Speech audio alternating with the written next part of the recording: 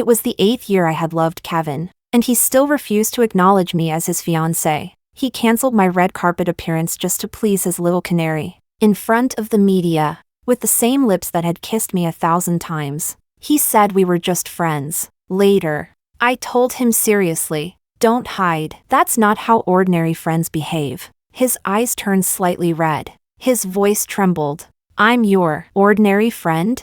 Chapter 1. When I was told to leave the red carpet, I was still interacting with fans. My fingers froze above the keyboard as I stared at my agent, Misty, in disbelief. "Why?"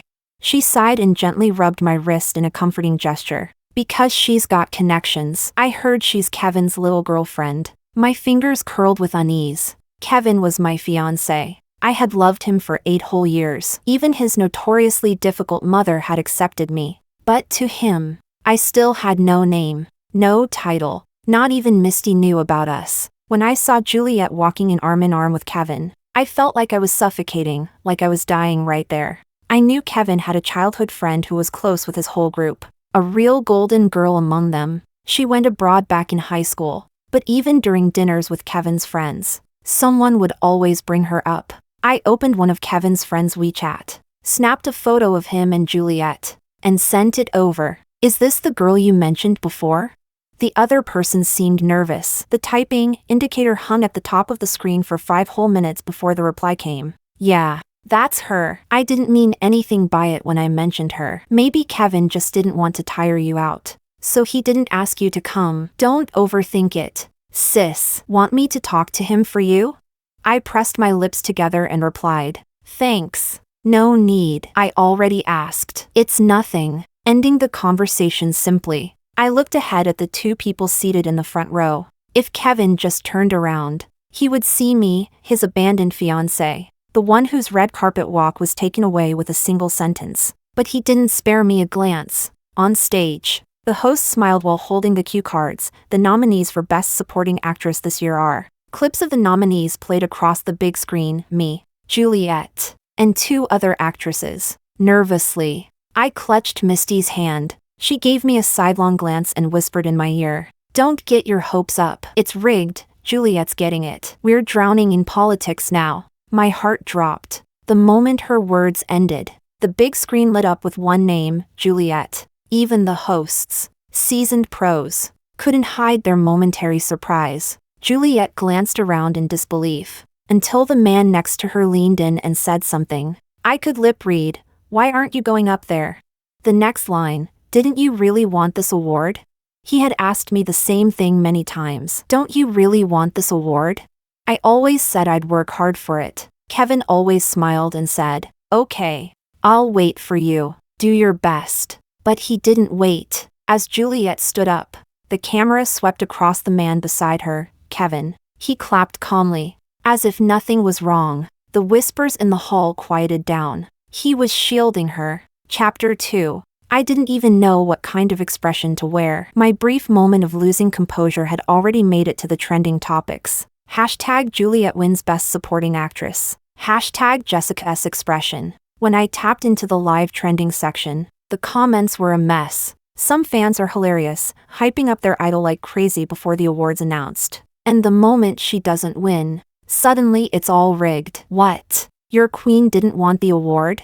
Honestly can't deal. Told her fans she'd be on the red carpet. But she never showed. And now she's sitting there looking like the Walking Dead when someone else wins. She worked hard for so long. Isn't it okay for her to feel upset? Don't be so harsh. She didn't offend anyone. Y'all know how Juliet got that award. And Jessica's acting skills speak for themselves. Don't make me laugh. Yeah, sure. Juliet's just that good. Even Coup Corporation's CEO cooks soup for her on set. Follows her around like a puppy, not like a certain someone who doesn't even deserve to carry her shoes. Juliet deserves to marry into wealth straight up. Jessica could never reach her level in this lifetime. I stared at those comments until my eyes started to burn. It felt like something inside me was crumbling, piece by piece.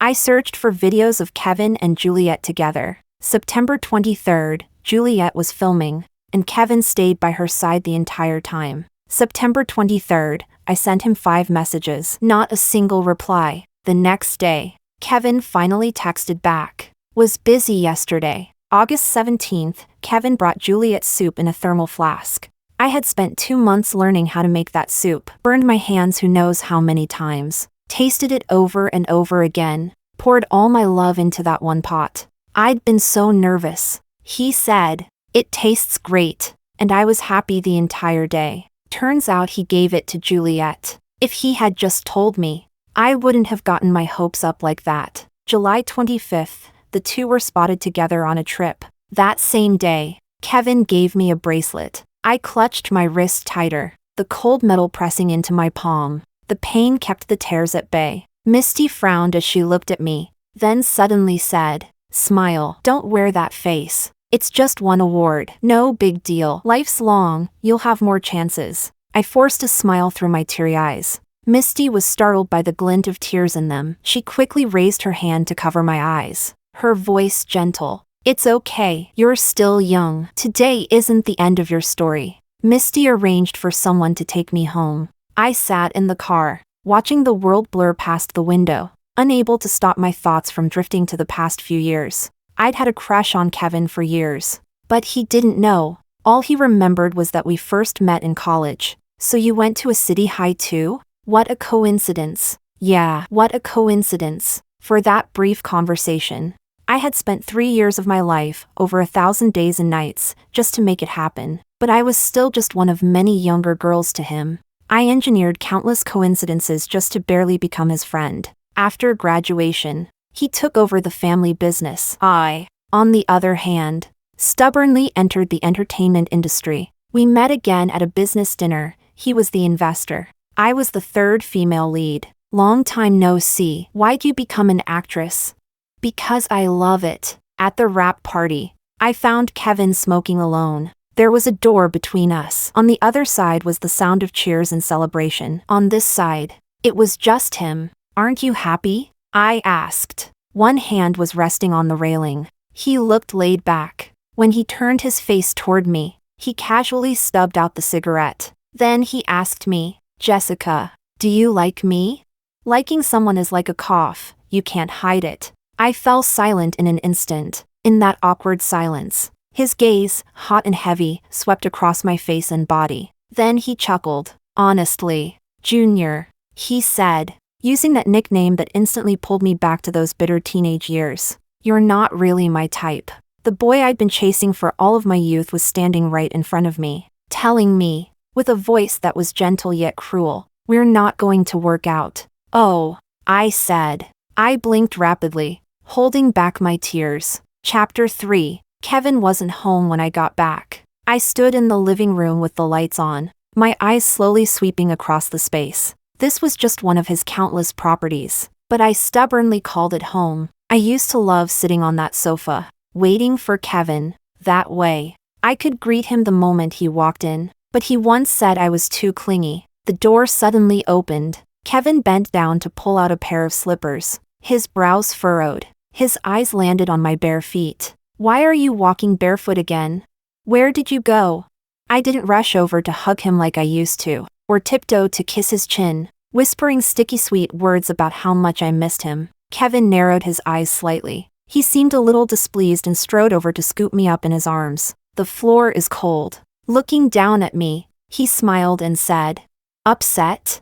"I didn't ignore your messages on purpose. I was just busy today." I pulled away from his arms, unable to hold back a self-deprecating laugh. He didn't even realize I was at the same event as him tonight, the one where Juliet replaced me. Kevin looked at me in confusion, his tone indifferent. "I've been spoiling you too much lately." He wearily pinched the bridge of his nose. Looking at him, my heart ached with a dull throb. A door that was never meant for me, knocking on it again would be inappropriate. Kevin, a name I had called countless times. From today on, it had nothing to do with me. "The engagement is off. You're free now." Kevin froze, his gaze turning icy. He didn't even realize how ugly his expression had become. Word by word, like he was grinding his teeth, he said, "What did you say?"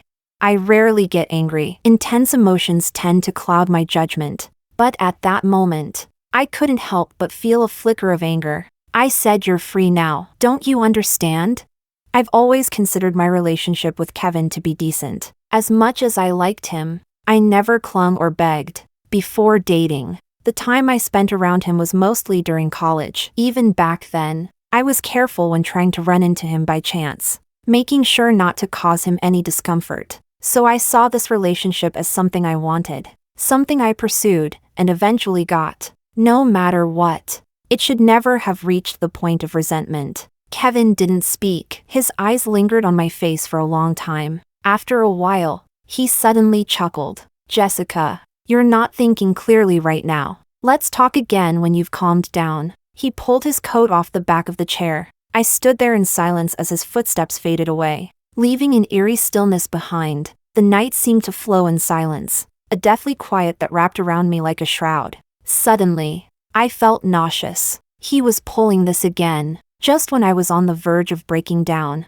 he casually threw out a calm down, and that allowed him to stay clean and detached. I used to be obsessed with this about Kevin, his effortless composure, always carrying himself like a refined gentleman, as if there was nothing he couldn't handle. No matter who sat at the table, he always played by his own rules. In the end, after all these years, I meant nothing to him. Maybe I never even qualified to sit at the same table. I took a moment to steady myself. Forcing calm, I washed up on autopilot, but I couldn't fall asleep. I felt like a dried-out sponge, drained of any ability to think. Around 4 a.m., my phone rang. I rushed over to check. Desperate, as if trying to prove something, Misty's name flashed on the screen, not Kevin's. I tried my best to sound normal, speaking loudly to cover up the hollow in my voice. "It's so late, what's going on?" "You and Kevin were seen together at multiple locations on the same day." Quite the coincidence. I gripped the phone tighter. There had been rumors before, but Misty never asked questions. She'd quickly issue a denial and move on. This time, something felt off. My heart sank. Just have the team clear it up. Why call me about it? There was noise on her end. She was clearly still busy. "It's getting out of control. Juliet's camp is stirring up the public. The company account and your personal socials are being bombarded. Try to calm your fans down." I agreed, and Misty quickly hung up, probably to find a solution. I logged onto Instagram. The flood of notifications froze my phone for several seconds. The comments on my latest post had turned from compliments to vicious insults. "Trying to be the side chick? Pathetic. Too bad Kevin doesn't even want you. Jealous much seeing how sweet he is to Juliet?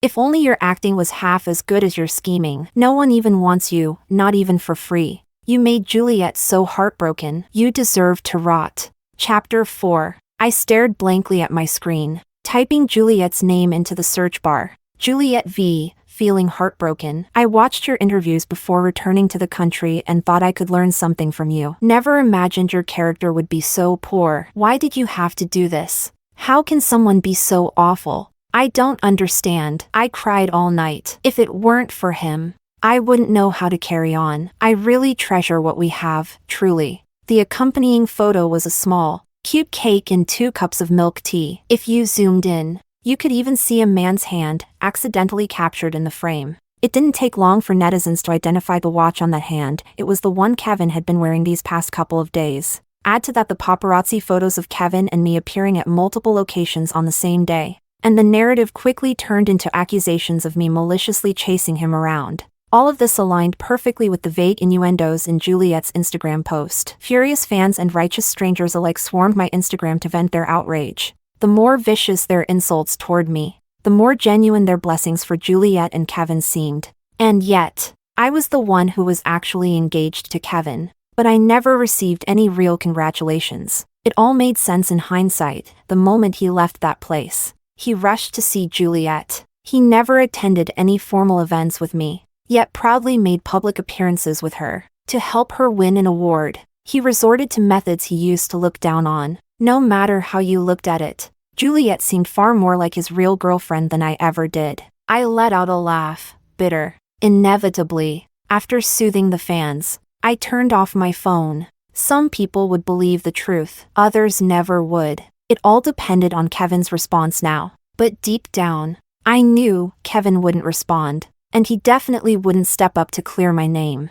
Still, I hoped, desperately, That just this once, he would take my side. I already felt like I was walking a tightrope, stepping into the arena completely unprepared. I knew I would fall, but I still hoped I could buy just a little more time before the fall. Isn't unrequited love just another form of walking a tightrope? But I'd already walked so far, I couldn't help but feel a bit unwilling to let go. I stayed up all night, watching the clock tick until morning. After a quick wash-up, I got into the car that came to pick me up, throwing myself into work in an attempt to numb everything else. Kevin Koo remained silent. The wave of online abuse against me went on for days without end. When I said the innocent need no defense, no one believed me. Instead, they posted a list of 18 questions demanding answers. How was I supposed to answer them? Tell them Kevin is the man I share a bed with?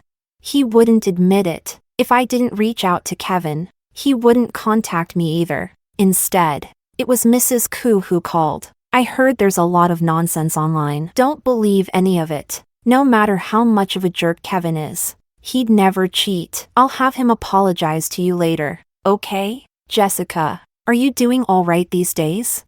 I lowered my eyes and replied, not really. She fell silent for a moment, caught off guard by my honesty. Then she finally said, Jessica, you're a good girl. If you were my daughter, I wouldn't want you to be with Kevin. At first, I really didn't like you, but over the years, I've seen how good you've been to Kevin. Still, he's my son. As a mother, of course I want you two to work out. I leaned against the doorway, watching the set crew busily moving around. My scenes hadn't started yet. The actress playing the schoolgirl smiled at the male lead, bumping his shoulder playfully. He pretended to be annoyed, a smile still in his eyes. Kevin and I never had memories like that. I didn't respond. Mrs. Koo called my name again. I pulled my gaze back. Ma'am, maybe it's just not meant to be between us.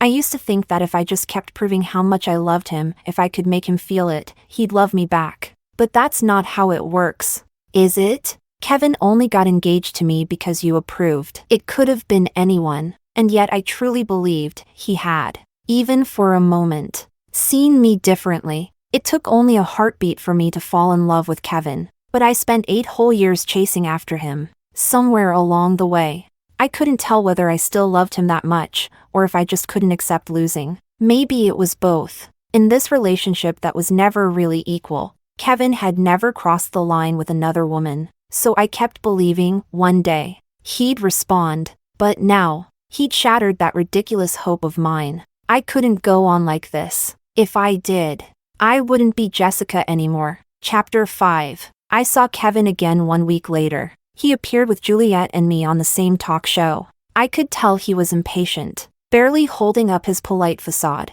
Yet somehow, no one at the studio seemed to notice. After I took my seat, Kevin's gaze swept over me calmly, like I was a stranger. I clenched my wrist. Beneath my palm, the bracelet's cold metal pressed against my skin. Kevin had been generous with me, showering me with gifts. But this bracelet was different. It was what he gave me on our dating anniversary. I had been so overjoyed back then, and now, the deeper that joy once ran, the more pathetic I felt. I thought he remembered that special day. I thought the bracelet was his awkward way of returning my affection. But it was just coincidence. Coincidence that Juliet wanted to go shopping that day, and Kevin was with her. Maybe he thought of me for a second, picked something up without thinking, and I, foolishly, imagined it meant he loved me. Once I've completely let go, I'll take off this bracelet. That day is coming soon. The show didn't give me much screen time. All I had to do was smile, say a few things here and there. Juliet, while chatting with the host, suddenly turned the conversation toward me. By the way, I'm so sorry Jessica had to take all that hate because of me. Really, I'm sorry. I wasn't thinking clearly that day. I opened my mouth, but couldn't bring myself to say it's okay. Sensing the awkward silence, the host quickly jumped in with a smile. I knew it was all just a misunderstanding. Why don't we ask Mr. Koo to clear the air? What's your relationship with Jessica? He tossed the question to Kevin with a grin. On the surface, it was to help me and Juliet make peace. But in reality, he was handing the narrative to the one with the most power in the room. Kevin looked up at me. My hand tightened its grip. He smiled faintly, though his eyes were utterly expressionless. That look always a sign he was about to do something cruel. Kevin stared at my face, his tone casual, almost amused. Jessica and I were classmates. Now, at best, just acquaintances. At best, just acquaintances. I had mentally prepared myself, but hearing it still sent a wave of crushing disappointment through me. I heard a tiny thud. Finally, I'd fallen off the tightrope. Exactly as expected. In front of the camera, I struggled to keep up my polite smile. My hand fumbled for the bracelet, trying to unclasp it, but the clasp was tricky, and my mind was a mess. I tried several times but couldn't get it off. My fingertips were turning red. The male guest sitting next to me noticed. He seemed a little concerned and offered, "Can't get it off? Here, let me help." I hesitated, but eventually held out my hand. I didn't notice the sudden darkness clouding Kevin's face on the other side. After the recording, I posted something on Instagram. Every Thursday, I post once, something I've done without fail for years. It's a promise to my fans. I waited a few minutes, refreshed the comments. Alongside the familiar fans, there were also plenty of harsh voices. "That couple was kind enough to spare your dignity. Don't go doing things that make people misunderstand. Kevin and Juliet are a perfect match. You never were. Did you see how disgusted Koo looked at you? Take the hint and just focus on your acting. Homewrecker. Homewrecker. Please stop ruining other people's love lives. I'll get on my knees if that's what it takes." I gently stroked the bracelet in my hand, just as I had so many times before. Love can make even plain water satisfying. I used to think this bracelet was so beautiful. Now it looked average at best. Just average. Maybe Kevin only ever looked good because I loved him. Once I stripped away the rose-tinted filter I'd painted over him, he lost all his charm. I was going to throw the bracelet into the trash. But after a moment, I didn't. Instead, I listed it on a second-hand site. Let it have one last use. Ding. A notification. After all these days of silence, Kevin finally sent a message. "If you don't come back now, don't ever come back again." I'd moved out of his place quite a while ago. This was the only message he'd sent me. I stared at it for a moment, then replied, "I'll be right there." He didn't respond again. Chapter 6. When I returned to Kevin's place, he was sitting on the couch, staring at me expressionlessly. "Jessica, you've really grown some guts. That temper of yours." "Huh? You didn't come back because you were waiting for me to beg you?"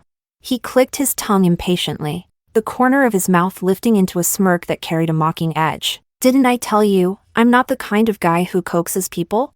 At that moment, I realized with absolute clarity, he never loved me, not once. And suddenly, I felt really sad. I love myself. I believe in myself. But for Kevin, I had bent over backward, again and again, constantly telling myself I just wasn't good enough. But the truth is, if someone doesn't love you, that's all there is to it. Not good enough is just an excuse. I didn't think that way. I came to pack up my things and leave. Everything I said that day, I meant it. It wasn't out of spite. Kevin cracked his knuckles, his usual gesture when trying to stay patient. "Jessica, stop making a scene. I'm not going to forgive you a second time." Almost as if trying to emphasize it, he repeated, "There won't be a second time." His tone was soft. Kevin's eyes were a pale color, and under the lights, his face looked cold, emotionless. Last year, I'd brought up breaking up once,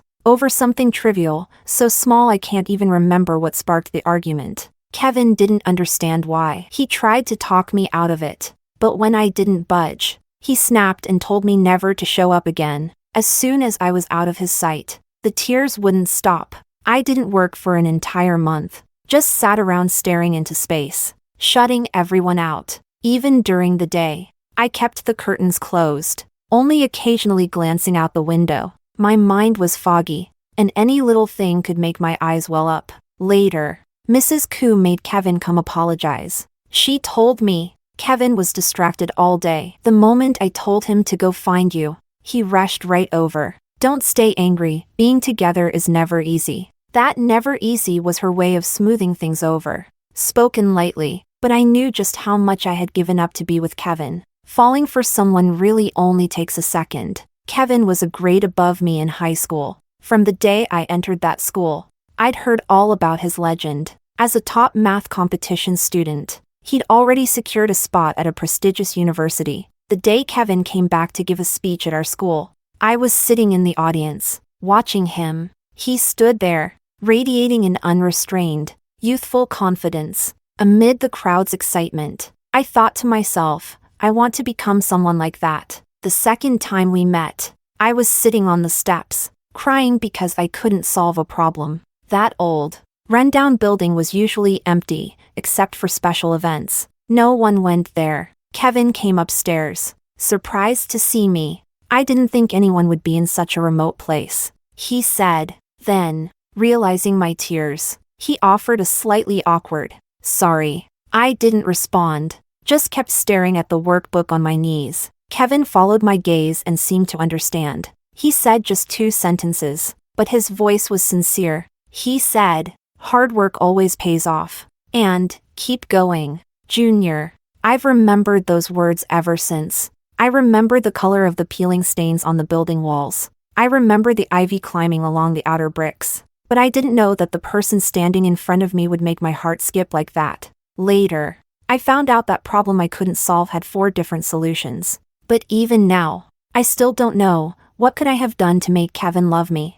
After Kevin took me back, neither of us brought up the subject again. Maybe deep down, I already knew we wouldn't last. But I was too stubborn to accept it. I looked at the person in front of me, and that memory from that afternoon slowly overlapped with the man before me. That day, the wind rustled the ivy leaves, making a soft whispering sound. I pretended not to care and stole a glance at him. He didn't know it then, and he doesn't know now. In that brief moment when I looked up, I had fallen for him for 8 whole years. And in another fleeting glance, I finally admitted I shouldn't have stolen that look. I said, "We're over. Please let your mom know." A dead silence fell. Kevin's face darkened. Seeing that I wasn't backing down, fury welled up in his eyes. His fists clenched tightly. He looked down at me, voice flat. "Think this through. If you walk out that door, we're done, completely." I nodded. Not many people knew we were ever together. I won't go around telling anyone. I didn't have much to take. It didn't take long to pack. I didn't look back when I left. Behind me, I heard a heavy thud. 8 years ago, I stole a glance at him. 8 years later, today, it finally ended. Chapter 7. Perhaps Kevin was displeased that I was the one who ended things first. My career took a severe hit. A lot of roles that had originally been mine were suddenly handed over to Juliet. Misty quickly noticed something was off. She asked, "Did you say something you shouldn't have? Did you offend Juliet?"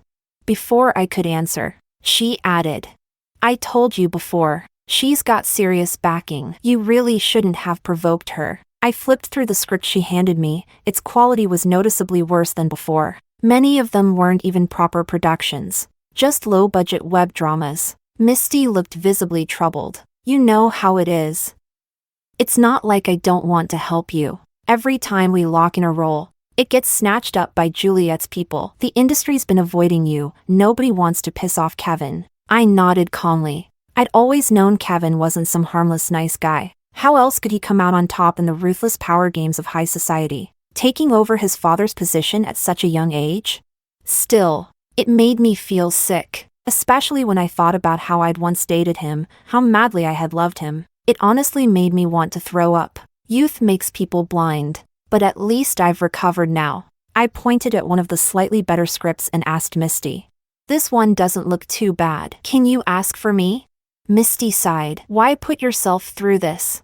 People are saying you pissed off Juliet, and now, it's starting to look like it's true." "Jessica, sometimes, it's okay not to stand so tall," she said, tapping me gently on the waist, hinting that I should lower my head and apologize. "Misty, I know you're looking out for me, but if I didn't do anything wrong, then I won't apologize." I gave her a reassuring smile. "Don't worry about me. Even if I stop acting, I won't starve. And we're not at that point yet. If I have a role, I'll act my best. That's just the kind of person I am." Back in high school, I wanted to be like Kevin, so I studied relentlessly. I wasn't a guaranteed admission student like he was, but I still got into Tsinghua, one of the best in the country. a student my school could proudly show off. After graduation, I wanted to make money, so I started a business, using every available resource and pushing myself to the limit. Even when some guy tried to hit on me with a cheesy line like I made 30 million last year. Want to be my sugar baby? My first response was, how did you make it? Can you teach me? The startup I founded during my freshman year has brought in 7-figure revenue annually since then. When I still wanted to chase Kevin in college, I created opportunities to get close to him. I was never impatient, never reckless. I worked my way from his friends to him. But I didn't neglect my studies. Every semester I ranked first in my major. Later, I joined the entertainment industry. Despite having no background in acting, I seized every audition opportunity, learning on the job. At my busiest, I slept 4 to 5 hours a day, sometimes even dreamt about rehearsing. So even if I quit acting, it wouldn't matter. If I decided to go back to school and do research, I'd do just as well as my classmates. If I decided to sell street food, my stand would sell the most delicious, best-smelling pancakes on the entire block. I work hard. I'm smart. I don't quit. That's why whatever I do it well. Misty eventually landed that script for me. Unfortunately, the role they had promised me, the female lead, was changed the next day to the second female lead. Misty was furious, but I calmed her down and accepted it anyway. As long as I had a role, I still had a chance to prove myself. Doing nothing would only make things worse. Sitting around waiting has never been my way. Even if the lead was Juliet. Though I did find it odd, why would Juliet be interested in a low-budget web series like this? If I wasn't desperate, I wouldn't have taken such a questionable project. As an actress, it's best to keep your record clean. The audience isn't your fan base. Once they get the impression that you're careless with your roles or mediocre in your acting, they won't give you a second chance. On the first day of filming, I saw Kevin. He was standing next to the director, going over the scene with Juliet, hovering around her like a shadow. Misty caught sight of the scene and frowned slightly. Under her breath, she said, "Well, that pretty much confirms the rumors." Instinctively, I followed her gaze and locked eyes with Kevin, who had just looked up. I smiled quietly. Yeah, they actually looked kind of well-matched. The sunlight was hot, and I could feel a burn across my chest, too. I wondered if my younger self from 8 years ago could see me now. Standing here at this dead end, would she regret it? I thought about it carefully. Probably not. Everything I did because I wanted to. If I hadn't done it, I'd have regretted that instead. After I looked away calmly, I noticed Kevin's expression gradually darken. His gaze was cold, piercing. Misty leaned in and asked, "Why do I feel like Kevin seems to hate you even more than he does Juliet?" My fingers paused on the script. Really? Misty gave me a suspicious look, scanning my face. What kind of history could you and he possibly have? Can't blame her. Two outsiders. Kevin and I looked like we came from worlds apart. That's a shame, I joked. Someone as great as me, and he still hates me. Terrible taste. Misty laughed and tapped my head with her knuckle. You. Seriously. Chapter 8. As the wicked second female lead, I had many scenes with the heroine. Whenever Kevin came to pick up Juliet, he inevitably saw me, and every time he did, his expression soured. My reputation within the crew only worsened. People whispered that the rumors on Instagram were true, that Kevin hated even the sight of me. That tense atmosphere lingered until I finished all my scenes. My final scene was a night shoot. By the time it wrapped, it was nearly 3 a.m. I changed out of costume and headed outside. Waiting by the roadside for the car Misty had arranged. Headlights approached. I instinctively turned toward the light. The window rolled halfway down, and a hand holding a cigarette dangled outside. Sometimes, knowing someone too well can be terrifying. With just one glance at that hand, I knew it was Kevin. His narrow eyes squinted slightly, as if assessing me. Just as I was about to turn away, he suddenly spoke. "I'll give you a ride home." No need. Someone's coming to get me. I never thought a day would come when talking to him would leave me completely calm. Like I felt nothing. Kevin seemed agitated. He brought the cigarette to his lips, took 2 drags, and exhaled slowly. his chest rising and falling. Jessica, you're the one who said you liked me. How can you just take your feelings back like it's nothing? Kevin had beautiful eyes. I used to admire them often, but this was the first time I ever saw something like sorrow in them. I kept my voice steady as I answered. Kevin, we broke up. You have a girlfriend now. Loyalty to your girlfriend is the bare minimum. He froze. Then his eyes lit up with a kind of desperate brilliance. No, Juliet once saved my grandfather's life. I was just repaying that favor, and it's already repaid. All this time I came to see you. You never once came to me. His lips pressed into a thin line, body leaning forward slightly, as if he were nervous. I didn't know what brought on the sudden shift in him, but to me, it all just felt meaningless. It doesn't matter. My ride is here. He tried to say something more, but I had completely run out of patience. Don't embarrass yourself by following me. My words, cold, final, seemed to cut deep.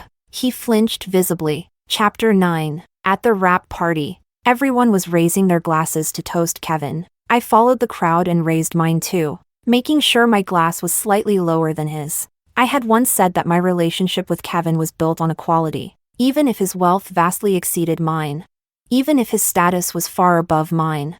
If we were drinking together, my glass should never have to dip below his. I'll stand beside you as an equal one day, openly and proudly. Kevin always smiled at me with the same patronizing expression, like I was some naive kid who didn't understand how things worked. As the alcohol kicked in, his breath turned warm against my ear. He said with a soft chuckle, "Junior, you better keep working hard." He had long forgotten the girl who sat crying on the steps that day. But that sentence, that same one, still had the power to make me feel different. He enjoyed seeing me lose composure. When he saw me deliberately lower my glass, his eyes widened in disbelief, and he shifted his arm away. I lowered my voice. Don't dodge, otherwise it won't look like we're just normal friends. In that instant, Kevin's expression turned sharp. His eyes tinged red. He stared at me coldly, voice strained and dry. Normal friends? Jessica, you think I'm just your normal friend? Juliet reached out to grab his hand. Kevin jerked away instantly, spilling his wine. Juliet looked devastated, eyes glistening with tears. I set my glass down. Sorry, I shouldn't be mislabeling my connection with Mr. Koo. We're not friends. We're just alumni. Don't want to ruin the mood, excuse me. Ignoring the stunned faces around me, I picked up my bag and walked out. Behind my footsteps, I heard someone rushing after me. Kevin caught up. When I turned around, his face was hollow, like he had something he desperately wanted to say. It's been a while since we've seen each other. His expression looked like he was remembering something sentimental. I couldn't help but mock. I used to send that line to you all the time, word for word. You're really lacking creativity. His face froze. You didn't even read them, did you?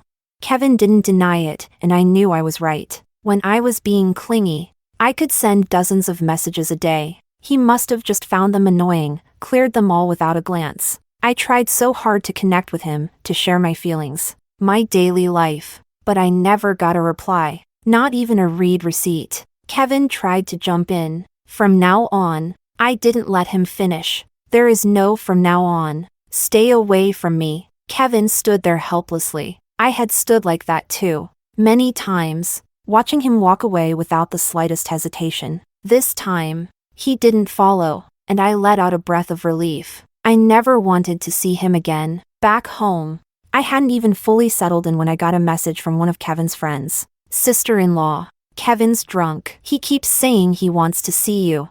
I had added Juliet on Instagram while filming, so I simply forwarded the message to her. Keep your dog on a leash. The next morning, they were all over the trending lists. Hashtag Kevin Juliet wedding bells soon hashtag. I clicked on a few similar posts. Netizens were ecstatic, claiming even their co-stars had confirmed it, especially after Juliet posted this on Instagram. You always said everything would have been different if I hadn't gone abroad. But I think all the twists and turns made us even more meant to be. If I hadn't left, what chances would anyone else have had? We've gotta leave some room for people, right? That emoji at the end started a new trending topic. Hashtag the goddess effect hashtag. Even on short video platforms, Clips of the two of them were everywhere, paired with sugary background music and overloaded with relationship goals vibes. By this point, netizens were practically begging for an official confirmation, as if their relationship was already set in stone.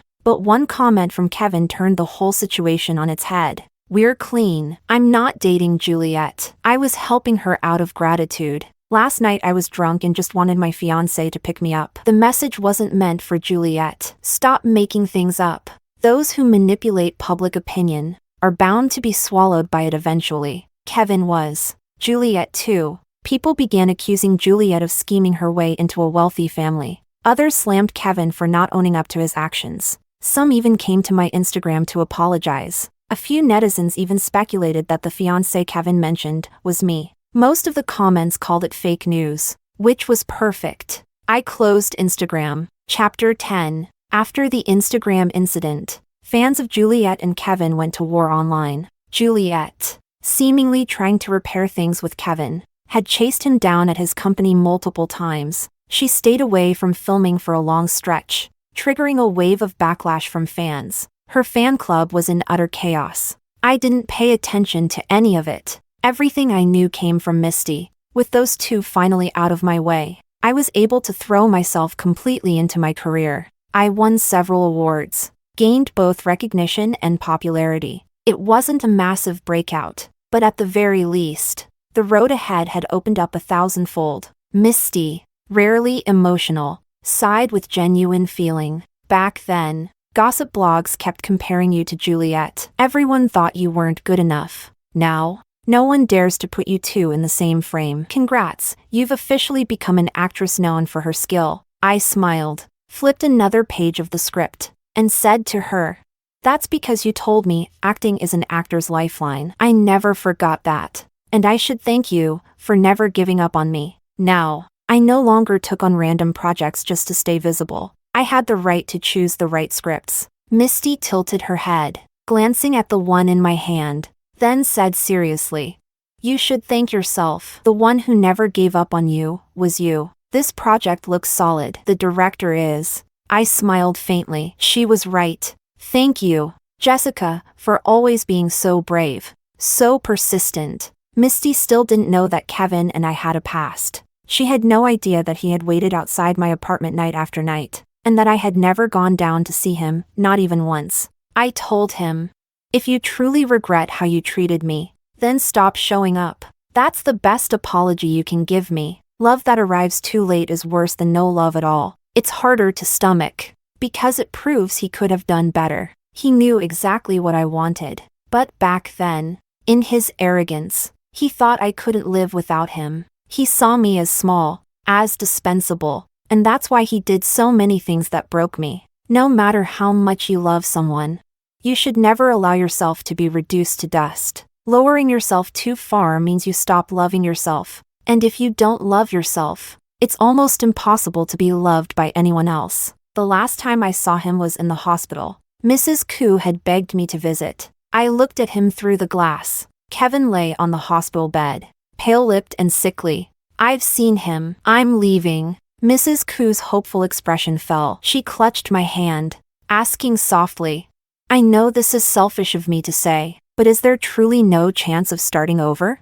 You two have history. Kevin's just bad at expressing himself. Ever since you left, he's been drinking himself into stupors. This time, it got so bad he ended up with a gastric hemorrhage. I just couldn't stand it anymore. That's why I called you." I gently pulled my hand away. "Ma'am, with all due respect, you shouldn't be saying this. I never wronged Kevin, and I have every right to end this relationship. Please don't contact me again. It's easy to be misunderstood." Mrs. Koo stood frozen for a moment, then murmured, "I understand." Just as I was about to leave the hospital, I stopped and turned back, ran to her and gave her a hug.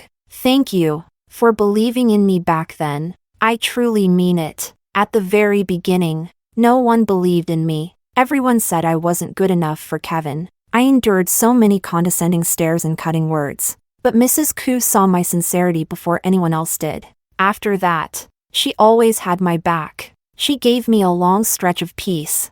I could feel her kindness, deep in my heart. But the truth was, she was Kevin's mother. Our bond had always been through Kevin. It was Mrs. Koo who made our engagement happen. And after today, we would probably never meet again. I saw a glimmer in her eyes. In the end, she gently ruffled my hair and said, "You're a good girl. Kevin doesn't deserve you. It's his loss." I let go and smiled. I know. I turned around and waved to her. Because yes, I do know how good I am. I'm driven.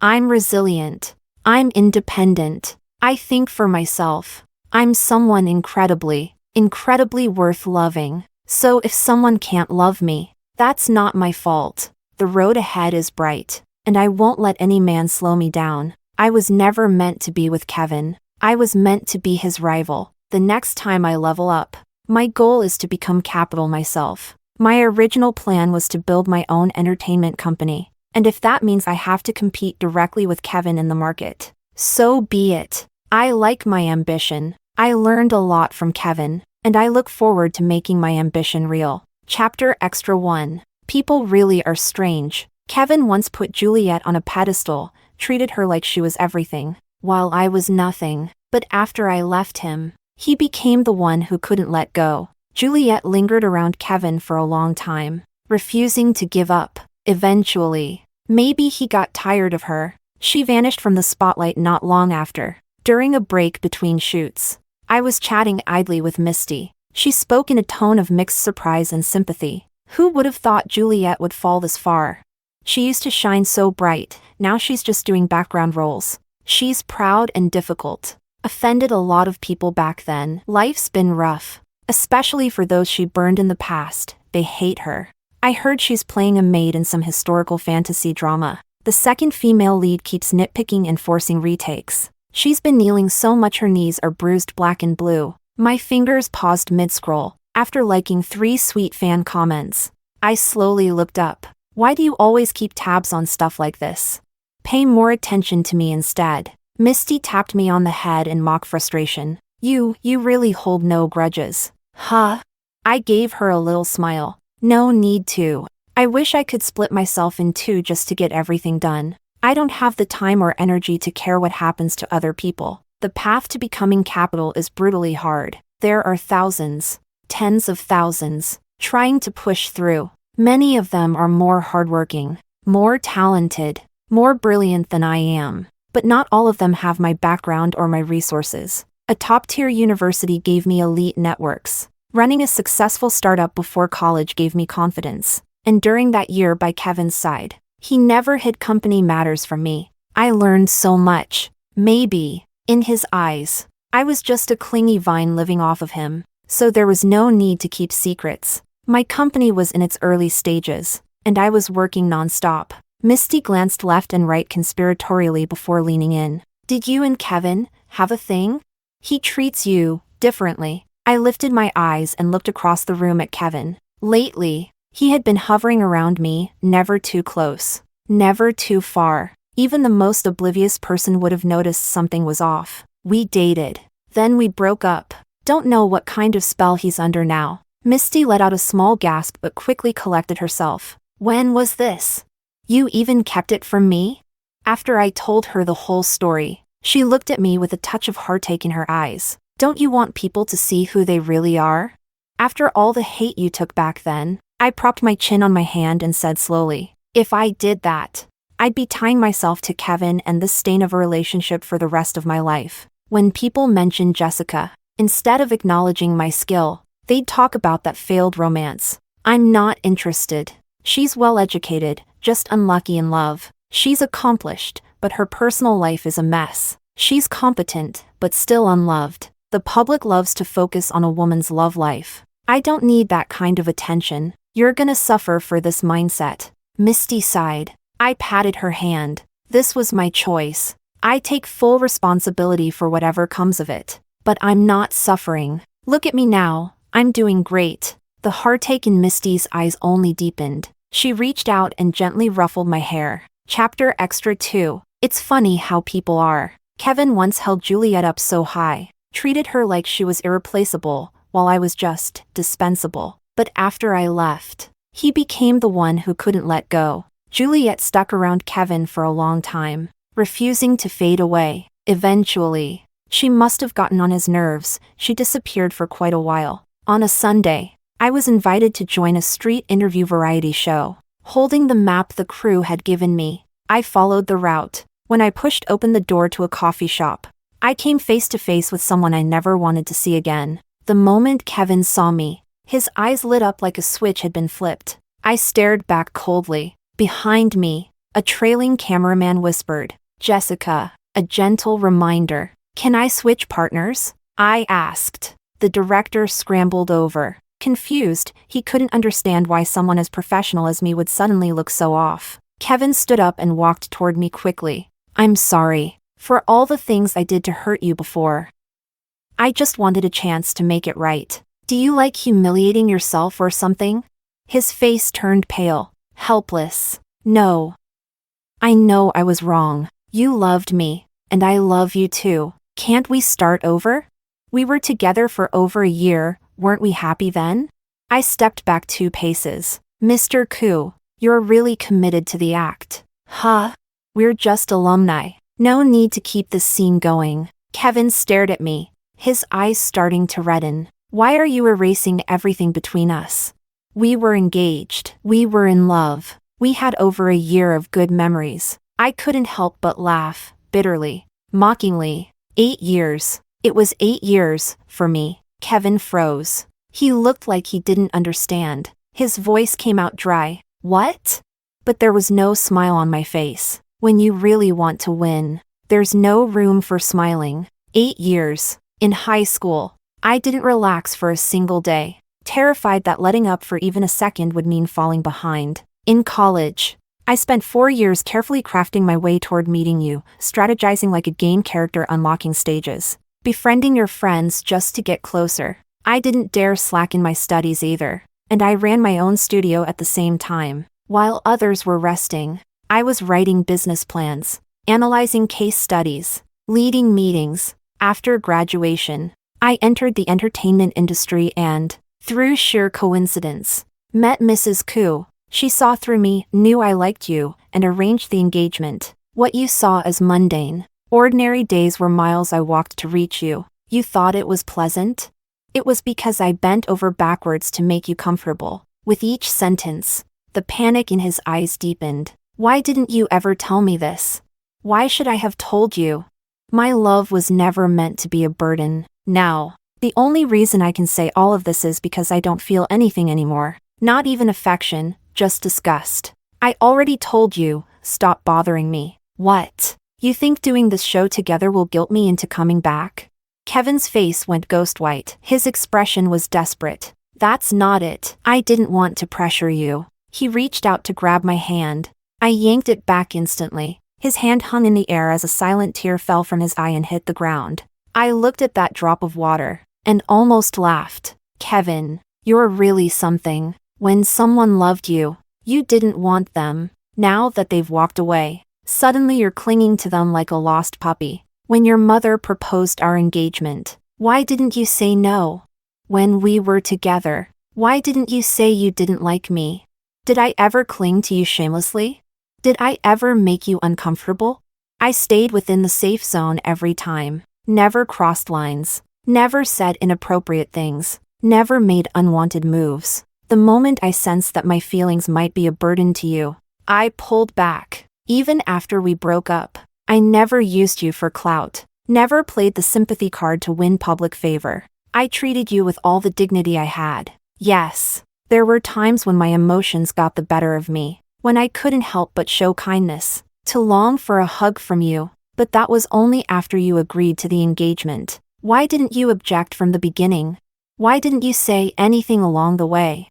I guessed and second-guessed everything. Did you like me? Were you starting to fall for me? Did we have a chance? I drove myself mad with the guessing, until Juliet showed up. And I suddenly realized I didn't love myself anymore. How could I not love myself? How could I let myself become so small?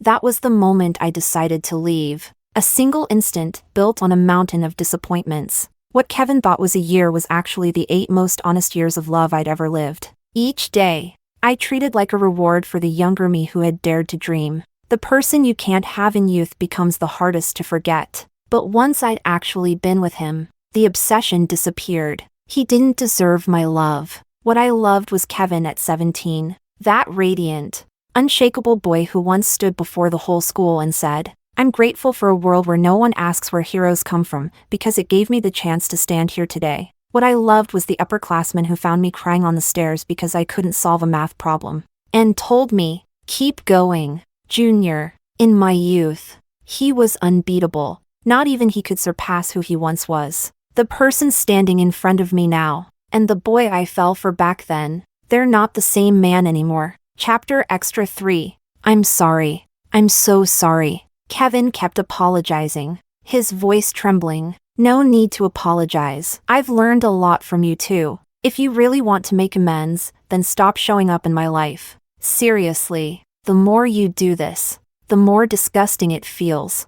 I caught a glimpse of his fingers trembling. He pleaded softly, "Don't say that. Please, please. I'm begging you." "Then let me beg you, don't ever appear in front of me again." I didn't look at him again. I turned to the director next to me and said, "Sorry. This episode can't be aired. We'll reshoot it later. I'll work with whatever schedule you need." Kevin stood frozen, hands trembling as he covered his face. Looked like he was crying. Pathetic. I didn't even cry. And now because of this I'd lose my vacation time to reshoot. The director looked terrified, sneaking a glance at Kevin Koo. This episode was requested by Mr. Koo. He paused, swallowed hard, and continued.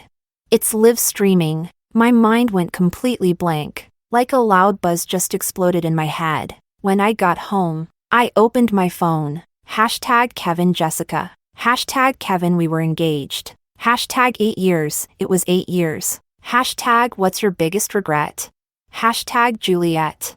The trending topics were completely dominated by that broadcast. I silently scrolled through the comments. I knew it. I always knew Jessica wasn't that kind of person. The Jessica I love is amazing, powerful, and just so damn likable. I love you so much. Ugh. God, when Jessica said it had been 8 years, even as someone who wasn't a fan, my heart cracked. Babe, screw gender norms. I'm a woman too, young, rich, pretty, kind. I text back fast. Eat all day. Shower in 5 minutes. Look at me, please. I used to defend Juliet and even call Jessica AB*TCH. I wish I could time travel and slap myself. Never jumping into drama blindly again. Some people are so dumb. Are you deaf or just brain dead? She literally said she never clung to him or made a scene. She just loved someone for 8 years. She worked hard for 8 years. And y'all think that's something to mock? What kind of person feels proud tearing down a woman for loving someone? Watched that clip and it hit me hard. I had a crush on a brilliant guy in school too. He probably doesn't even remember me. Kind of funny. Really, I'm in my 30s now and still remember. That kind of young love really sticks. Y'all are obsessed with her love life, but am I the only one who's amazed by how badass she is? She goes all in when she wants something. She loved fearlessly. And when it was over, she let go cleanly. She never used her pain for pity. Her inner strength must be insane. Following my Thursday routine, I posted a new update on Instagram, then turned off my phone. It was time to focus on pushing forward with my company's next project. The salary and benefits I offered were among the most competitive in the entire industry, so we attracted some outstanding talent. There had been a few bumps along the way, but overall, things were going smoothly. This next project would put me head-to-head with Kevin. I knew him well, but he didn't know me, didn't even realize the person currently fighting him for resources was me. Not that I was hiding it on purpose. It's just part of business. When your company is growing, it's almost impossible to avoid. Chapter Extra 4. 3 years later, I had basically swept up every major acting award, both domestic and international. Among all the talented actors I'd worked with, there wasn't a single one I couldn't poach, only those I wasn't interested in. My company had grown at lightning speed, and our pursuit of artistic credibility had become a benchmark in the industry. Because we proved that critical acclaim and commercial success weren't mutually exclusive, I made sure to honor the line Misty once told me. Acting is an actor's lifeblood. Carving out a market was a tug of war. There were failures in the beginning, of course, but I adjusted in time and salvaged most of the damage. Maybe he was cornered too hard, or maybe it was the bitter realization that he'd lost to me. Kevin began acting completely out of character. Rushed decisions, reckless strategies. One poor call after another led to huge losses for his company. The very day the board voted him out unanimously. He showed up outside my office. "Does this make you happy now?" I looked at him, confused. "If your brain's broken, please seek help." My disgust for him only grew with time, because no matter what I achieved, people always had to mention him. And worse, always with that smug seen-it-all tone. I used to think it didn't matter who I married. So when my mom asked if you were okay, I said yes. Later, I realized, I think I did like you. Back then. I'm sorry. It wasn't until you left that I started to understand how I really felt. I thought you'd never leave. I sighed and gave a wry smile. "It's fine." I gave Misty a look. She instantly understood. After a quick phone call, Juliet came rushing in. The moment she spotted Kevin, she ran toward us. "She treats you like crap. Why do you still like her? She's just a damn simp. You even suppressed me for her. Am I not good enough? Don't I love you enough?" Even when people called me a homewrecker, I swallowed it. "You two really want to have this conversation here?" I looked at them leisurely. By now, several colleagues were already watching. Kevin's expression turned to ice. Juliet looked nervous but still tried to pull him away. "Don't touch me. How can you treat me like this? Back then, when I wanted to study abroad, you covered all my expenses without hesitation. And after I came back, I didn't want to watch their drama anymore. I called security and had them removed." Kevin stared at me in disbelief, his face a twisted mix of humiliation and pain. But I knew what was hurting him. It was realizing that everything he thought he had was now mine, and better. He'd once stood at the pinnacle of power, believing it would keep me coming back. He was confident, too confident. But tides change. And me? I didn't feel a shred of affection for him anymore. As the two of them were escorted out, Misty walked over and sighed. Honestly, what was Juliet thinking? If she wanted something, she should have just asked for money and left. I've heard she's been trying to get Kevin's help again, like in the old days. She didn't even ask questions when I called. She just came running. Too bad Kevin's in no position to help anyone now. I tugged Misty's hand. "Enough gossip. We've got a batch of new talent. Come check them out with me?" Misty gave a nod, pulling her attention away. "All right. Let's go." I don't remember exactly when, but Misty later told me the two of them had gotten so tangled up that Juliet ended up pregnant. Kevin tried to force her into an abortion. She refused. They fought in public. Mrs. Koo had to step in and make Kevin take responsibility for what he'd done. Juliet had quit working altogether, but her spending hadn't changed. She cared about appearances, still insisted on custom designer pieces each season. Every time the paparazzi snapped her, she'd be proudly flaunting her baby bump like it was a crown. Soon enough, she drained Kevin financially. His stomach condition worsened. She didn't care. She kept nagging him to go earn more money. They fought constantly. When Kevin couldn't give her enough, Juliet started taking out loans. She thought she'd be able to pay them back eventually. But it snowballed, robbing Peter to pay Paul, until it became a number they could no longer handle.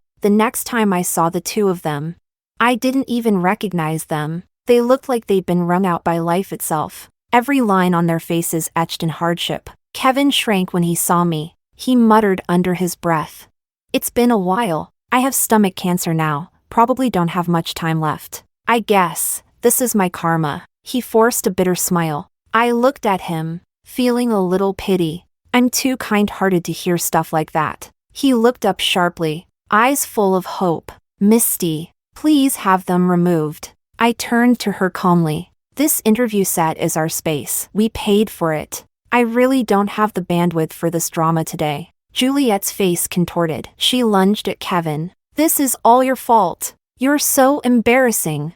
"I'm embarrassing? You drugged me, used me, lived off me, and now I'm the disgrace?" Misty signaled for staff to escort them out. I didn't look back. Moments later, the production team arrived, and my interview began. The host asked the one question I knew would come. A lot of netizens are curious. Jessica, how do you view the pain from that past relationship? When you realized you weren't the one chosen, wasn't that hard? Is that why there's been no new romance since? Is it fear? I thought about it, then asked something that had long troubled me. Why do people always want to cast me as the victim? It's not that I wasn't chosen, I just made the wrong choice. But that doesn't stop me from being a great actress. It doesn't stop my company from thriving. I've lost more than a point on a test before, and I still got into Tsinghua. Isn't making mistakes a normal part of life? It's not that I'm afraid of love. I just haven't met someone I want to love yet. Why cry over a lost point when I've already scored nearly 700 others? The host realized the question had been clumsy and quickly changed the subject with an awkward laugh. So, what are your plans for the future? Could you share a bit with us? I thought about it, then replied honestly. I just want to do things I enjoy. Maybe tomorrow you'll find me picking up trash on the street, who knows? As long as I keep walking forward without fear, that's enough for me. That's how Jessica answers to herself. Chapter Extra 5, October 9th, 2023. A friend of mine who was studying in France suddenly messaged me. Eager is shutting down. She and I had been close when we were younger. But time and distance had thinned our connection over the years. Still, those few words landed like a soft thud against my chest. I felt a bit dazed. I knew that magazine Eager was her absolute favorite during her teenage years. I remembered how it was once confiscated by a teacher, and how she'd storm around ranting about it afterward. Furious. I had never read the magazine myself, but I knew it was a snapshot of her youth, something sacred. It felt like just yesterday. She was walking beside me, fuming as she said, I was reading it during break, and he just snatched it from me. I hate him. I looked at her that day and quietly smiled. Back then, neither of us realized that might be the last time we'd ever see each other, just like I hadn't known that the man I chased for 8 years would exit my life in such an undignified way. That look, that one glance, ended up being the last. I replied to her, youth really is fleeting. Later that evening, she asked me, can we meet up sometime? I really miss you. I said, you pick the date. I'll fly over to see you. That was something my 16-year-old self could never have promised. But 26-year-old me could easily. 16 was beautiful, but I love being 26. I'm no longer lost, no longer yearning for the things I lack. I'm already whole, and I love myself so much.